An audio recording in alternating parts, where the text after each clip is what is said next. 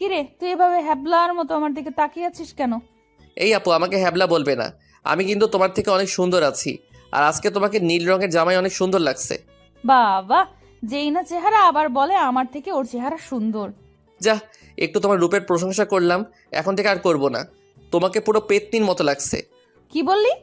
আমাকে পেতনির মতো লাগছে? প্রথমে প্রশংসা করলাম, কোনো দাম পেলাম না, তাই তোমাকে পেতনি বললাম। আজকে তোকে আমি মেরেই ফেলবো। তোরা কি শয়তানি করবি নাকি নাস্তা করে বেরিয়ে পড়বি? আব্বু, তুমি দেখো না রাসেল আমাকে পেতনি বলছে। ও তোর ছোট, তাই তোর সাথে দুষ্টামি করেছে। এখন কথা না বলে নাস্তা করে বেরিয়ে পড়।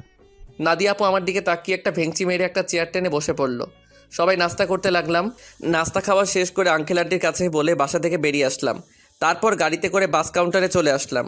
ড্রাইভার আমাদের বাস কাউন্টারে নামিয়ে দিয়ে চলে গেল। আসার সময় আঙ্কেল আমার পকেটে কিছু টাকা ঢুকিয়ে দিল। তাই বাস কাউন্টারে গিয়ে টিকিটের জন্য টাকা বের করতে গিয়ে দেখি 15 থেকে 20 হাজারের মতো হবে। আমি 2টা টিকিট নিলাম। তারপর টিকিট নিয়ে দুজনে বাসে উঠলাম। দুজনের একসাথে সিট। বাস 20 মিনিট পর ছেড়ে দিল। এই দেখছেন আমি কেমন মানুষ। নাদিয়া আপুর নানার বাড়ির কথা বলতে ভুলে গেছি। আপুর নানার বাড়ি যশোরে। আমি কখনো যাইনি, কিন্তু আপুকে একবার যেতে দেখেছি, তাই আপু সব চিনে। শোন, নানার বাড়িতে গিয়ে কোনো মেয়ের সাথে কথা বলতে পারবি না, আর রিয়ার থেকে দূরে দূরে থাকবি। আমি কি আর কখনো তোমার নানার বাড়ি গেছি? আমি তো কাউকে চিনি না। আর এই রিয়াটাকে? রিয়া হচ্ছে আমার মামাতো বোন। ও তোর সেম ক্লাসে পড়ে। ঠিক আছে, কিন্তু ও যদি আমার সাথে কথা বলতে আসে তখন কি করব? তুই বলবি না। আমি যদি না কথা বলি তাহলে বলবে আমি বোবা, আর না হয় বলবে আমি বেশি ভাব দেখাই। কথা বলবি, কিন্তু বেশি কথা বলতে পারবি না। ঠিক আছে। আমি মনে মনে বললাম, আগে তো রিয়া মেয়েটাকে একবার দেখি, পছন্দ হলে তার সাথে প্রেম করব। এই নাদিয়া আপুর জন্য আজ পর্যন্ত কোনো মেয়ের সাথে প্রেম করতে পারলাম না। তো যাই হোক, দুজনে কানে হেডফোন লাগিয়ে গান শুনতে লাগলাম। বাস এসে একটা রেস্টুরেন্টে থামলো। তখন আমি নাদিয়া আপুর দিকে তাকিয়ে দেখি ঘুমিয়ে আছে। আমি আপুকে ডাক দিলাম। আপু চোখ খুলে বলল, কিরে, ডাকছিস কেন? আপু, বাস একটা রেস্টুরেন্টে থামছে, চলো দুজনে খাবার খেয়ে নেই। ঠিক আছে, চল। নাদিয়া আপু আর আমি বাস থেকে নেমে রেস্টুরেন্টের ভিতরে ঢুকে গেলাম। আপু ওয়াশরুমে ঢুকে ফ্রেশ হয়ে আসলো। আমিও অন্য একটা ওয়াশরুমে ঢুকে ফ্রেশ হয়ে আসলাম। দুজনে গিয়ে একটা টেবিলে গিয়ে বসলাম।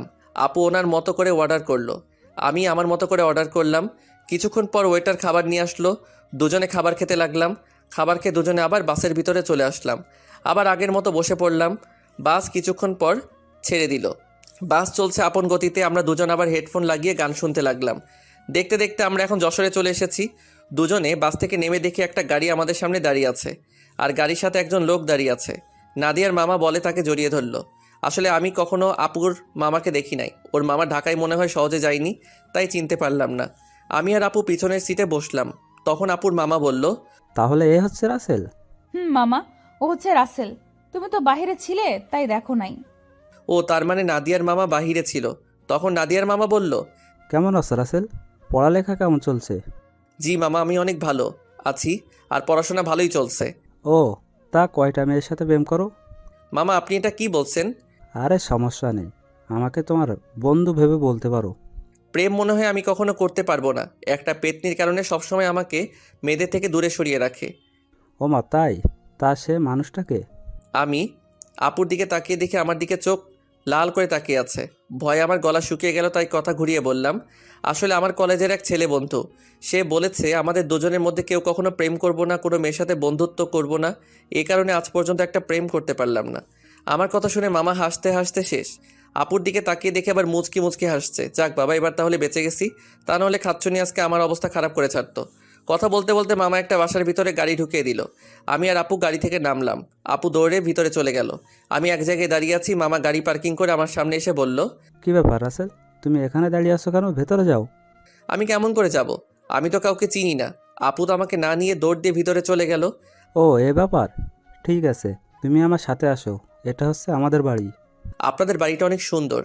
এই বাড়িটা আব্বু বানিয়েছে প্রায় 5 কোটি টাকা খরচ করে। বাহির থেকে যদি এত সুন্দর হয়, না জানি ভিতরে দেখতে কেমন। তুমি ভেতরে আসো, তারপর দেখো কেমন লাগে। দুজনে কথা বলতে বলতে ভিতরে গেলাম। ভিতরে ঢুকে আমি তো আরও অবাক হয়ে গেলাম। পুরো বাড়িটা রাজপ্রাসাদের মতো। বাইরে থেকে ভেতরে কেমন লাগছে? অনেক সুন্দর মামা। গ্রামের ভেতরে আমাদের বাড়িটা 1 নম্বরে আছে। এমন বাড়ি আর কোথাও নেই। হুম। ঠিক আছে, তুমি ওপরে গিয়ে হাতের হাতের ডান পাশের রুমে চলে যাও। যতদিন এই বাড়িতে থাকবে ততদিন ওই রুমেই থাকবে। ওকে ঠিক আছে মামা। এই বলে আমি সিঁড়ি বেয়ে উপরে উঠলাম। তারপর হাতের ডান পাশের রুমে ঢুকে গেলাম। ভিতরে ঢুকে দেখি রুমটা অনেক সুন্দর। আমি কাঁধের ব্যাগটা বিছানায় রেখে জামা কাপড় বের করে ওয়াশরুমে ঢুকে গেলাম। গোসল করে একটা জামা গায়ে দিয়ে রুম থেকে বেরিয়ে আসতেই কারোর সাথে ধাক্কা খেয়ে নিচে পড়ে গেলাম। নিচে তাকিয়ে দেখি একটা মেয়ের গায়ের উপরে পড়ে আছি। মেয়েটা দেখতে খুবই সুন্দর, যে কোনো ছেলে দেখলে প্রেমে পড়ে যাবে। তো যাই হোক, আমি তাড়াতাড়ি মেয়েটার উপর থেকে উঠে গেলাম। হাত বাড়িয়ে মেয়েটাকে দাঁড় করালাম। তখন আমি বললাম, সরি, বিশ্বাস করুন আমি আপনাকে দেখতে পাইনি। সমস্যা নেই, কিন্তু আপনাকে তো ঠিক চিনতে পারলাম না। আপনি কে, আর আমাদের বাড়িতে কি করেন? আমি রাসেল, নাদিয়া আপুর সাথে এসেছি। আমি নাদিয়া আপুদের বাসায় থাকি। ও, তার মানে আপনি রাসেল। ফুপা ফুপির কাছে আপনার কথা শুনেছি। আমি রিয়া, নাদিয়া আপুর মামাতো বোন। ও, তার মানে আপু আসার সময় আপনার কথা বলছে? নাদিয়া আপু আপনাকে আমার ব্যাপারে কি বলেছে? তেমন কিছু না, বলছে আপনি নাকি আমার সেম ইয়ারে পড়েন। বাকিটা বললাম না, শুনলে রিয়া কষ্ট পাবে, তাই ওই কথা বললাম না। তখন রিয়া বলল, ও, তার মানে আপনি আমার সেম ইয়ারে পড়েন। তাহলে আমরা আপনি করে বলছি কেন? আমরা তো নাম এবং তুই করে বলতে পারি। ঠিক আছে, এখন থেকে তুই করে বলবো। এখন চল নিচে যাই। আসার পর তোর আম্মুর সাথে কথা বলি নাই এবং তোর দাদা দাদির সাথে দেখা করি নাই। ঠিক আছে, চল। আমি আর রিয়া দুজনে নিচে চলে আসলাম। আপুর দিকে তাকিয়ে দেখি আমার দিকে চোখ লাল করে তাকিয়ে আছে, মনে হয় আমাকে গিলে খাবে। আসসালামু আলাইকুম মামি, কেমন আছো তুমি? আমি ভালো আছি। তুমি কেমন আছো? আমাদের বাসায় তো কখনো আসো নাই। তোমাকে অনেকবার বলেছি আসার জন্য। আমি ভালো আছি মামি। আসলে মামি, আমার বাসা থেকে কোথাও যেতে ভালো লাগে না। আপু আমাকে নিয়ে এসেছে। নাদিয়া যদি না বলতো তাহলে বুঝি আসতে না। আসলে তেমন কিছু না মামি। আচ্ছা, এসব কথা বাদ দাও তো। এখন বলো, নানা নানি কোথায়? তাদের তো দেখছি না। আসলে আব্বু আম্মুকে নিয়ে তার ভাইয়ের বাসায় বেড়াতে গেছে। বুড়ো বয়সে ঘুরতে গেছে তারা? বুড়ো হলে বুঝি যেতে পারে না? আমি সেটা বলি নাই, মানে তাদের ভালোবাসা বুড়ো বয়সে এখনো আছে। এত কথা না বলে খাবার খা। খাবার খেয়ে তুই আমার রুমে আসবি, তোর সাথে আমার কথা আছে। ঠিক আছে আপু, আর কোনো কথা না। খাবার খেয়ে নিজের রুমে চলে আসলাম। কিছুক্ষণ রেস্ট নিয়ে আপু রুমের সামনে গিয়ে বললাম, আপু ভিতরে আসবো? আয়, বস। আমি ভিতরে ঢুকে দেখি আপুর চোখ দিয়ে পানি পড়ছে। তখন আমি আপুকে বললাম, আপু তোমার কি হয়েছে? তোমার চোখ দেখে বোঝা যাচ্ছে তুমি মনে হয় কান্না করেছো। তোকে আসার সময় কি বলছি তোর মনে নেই? তুই রিয়ার সাথে কথা বলছিস কেন? বারে, কথা বলে সমস্যা কোথায়? তোমাকে বলছি না আমি বেশি কথা বলবো না। ঠিক আছে, তুই এখন আমার রুম থেকে কোথাও যাবি না, আমার রুমে বসে থাকবি। আপু, পুরোটা রাস্তায় জার্নি করে আসছি, তাই ভাবছি একটা ঘুম দিমো।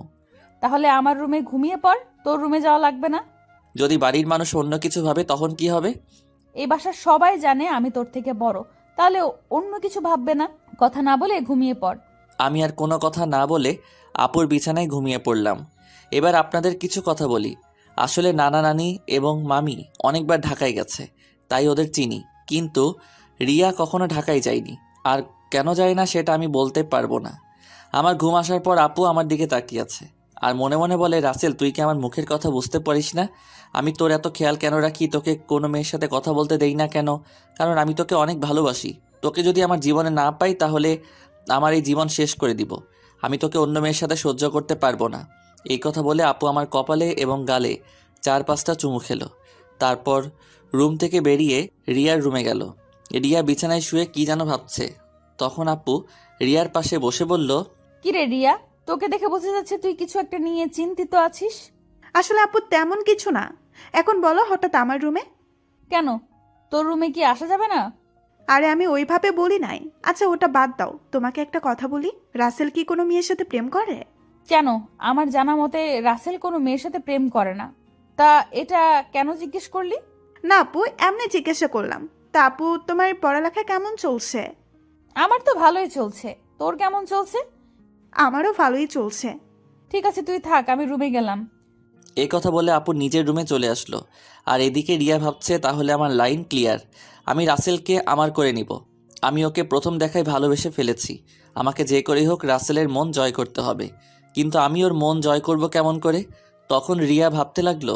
হঠাৎ তার মাথায় একটা বুদ্ধি আসে, আমাকে তার সাথে প্রতিদিন কলেজে নিয়ে যাবে। তারপর আস্তে আস্তে রাসেলকে রিয়ার প্রতি দুর্বল করবে। বিকালে ঘুম থেকে উঠে দেখি আপু আমার পাশে শুয়ে আছে, যেন একটা পিচ্চি মেয়ে আমার পাশে শুয়ে আছে। আমি আপুর দিকে তাকিয়ে বিছানা থেকে নামতেই আপুর ঘুমটা ভেঙে গেল। কি ব্যাপার আপু, তুমি উঠলে কেন? ঘুম ভেঙে গেছে তাই উঠে গেলাম। তুই ফ্রেশ হয়ে আয়, দুজনে মিলে গ্রামটা ঘুরে দেখবো। ঠিক আছে, আমি রুমে গিয়ে ফ্রেশ হয়ে আসছি। এই বলে আপু রুম থেকে বেরিয়ে নিজের রুমে চলে আসলাম। ওয়াশরুমে ঢুকে ফ্রেশ হয়ে একটা জামা গায়ে দিয়ে নিচে নেমে আসলাম। নিচে এসে দেখি রিয়া সোফায় বসে টিভি দেখছে।